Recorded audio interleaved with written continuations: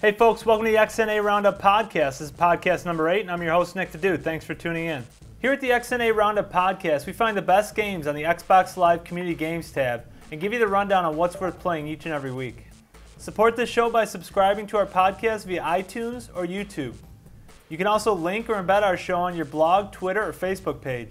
On this week's show, we're changing up our format a little bit by looking at 3 recent releases we think are worthy of a look-see. First up, we have Mithra, an episodic adventure game. Secondly, we have ZP2K9, which is a fast-paced 2D online multiplayer shooter. And finally, to round us out, we have TWP Spine of the World, a hack-and-slash RPG. We're headed right into the reviews, so we'll see you on the other side.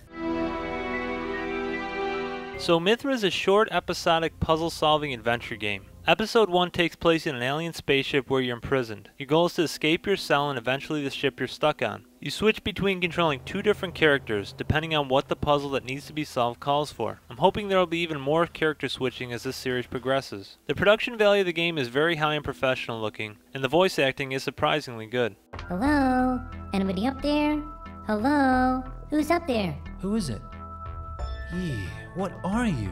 Get me out of here. We don't have time for that. What? Where? Get you out of there?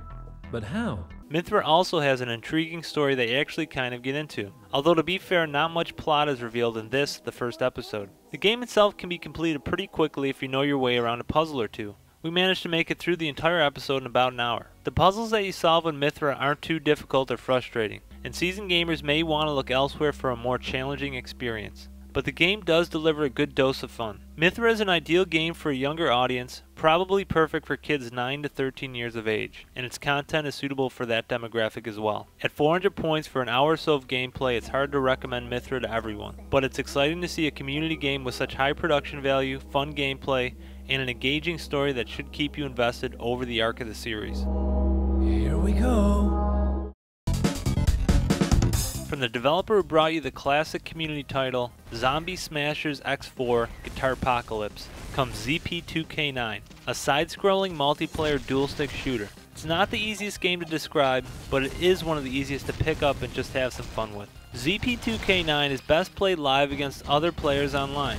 Although there is a local mode with bots available, unfortunately there's no 2-player split screen option. The lo-fi graphics mixed with cool particle effects work very well together and give the game a unique look and feel. ZP2K9 boasts 13 different killer weapons, including 2 swords, a flamethrower, my personal favorite, and loads of traditional and not so traditional guns. A bunch of animal themed power-up suits add a lot of fun and a whole other dimension to the game. Grab a bee suit if you want to fly, or maybe a chameleon suit if you want to go stealth and slice up unsuspecting players with your ninja sword. One of the most polished aspects of this game is its dual stick style controls. You can really tell the developer has taken a ton of time to tweak the game's input system to deliver the maximum amount of fun. Included are the standard online multiplayer modes: Deathmatch, Team Deathmatch, Capture the Flag, and King of the Hill.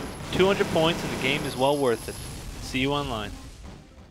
Spine of the World is one of the only legitimate role-playing games available to date on the Community Games tab. However, the gameplay itself is more of a brawler hack-and-slash style than a traditional turn-based stock RPG. It's also one of the only community games to charge the maximum 800 points. Putting aside the price for a minute, Spine of the World's combat is really satisfying, and leveling up your character is always enjoyable, although I'd like to see your skills have a bigger role and affect the game world more. If you're looking for puzzles and deep thinking, Spine probably isn't the RPG for you, but if you enjoy grinding and developing your character's powerful attacks so tough enemies go down quicker, then Spine of the World is your answer. The graphics, although seemingly altered Beast-esque, are well suited for Spine of the World's gameplay style and are actually pretty cool.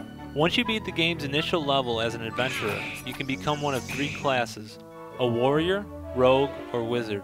Unlike typical RPGs, the story in Spine of the World is almost totally segregated from the gameplay, and occurs mostly as a slideshow with accompanying text. Greater integration would have really increased the satisfaction and depth of the game. Despite some of its flaws, there's definitely something about Spine of the World that keeps you coming back for more.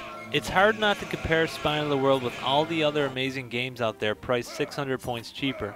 But considering Spine is one of the few RPGs available right now in the Community Games tab, maybe $10 isn't that bad after all. Alright folks, that's our show for this week. Thanks for tuning in. You can get show updates at twitter.com/XNA Roundup. And you can email questions, comments, or suggestions to xnaroundup@gmail.com. Thanks a lot, and I hope to see you next week.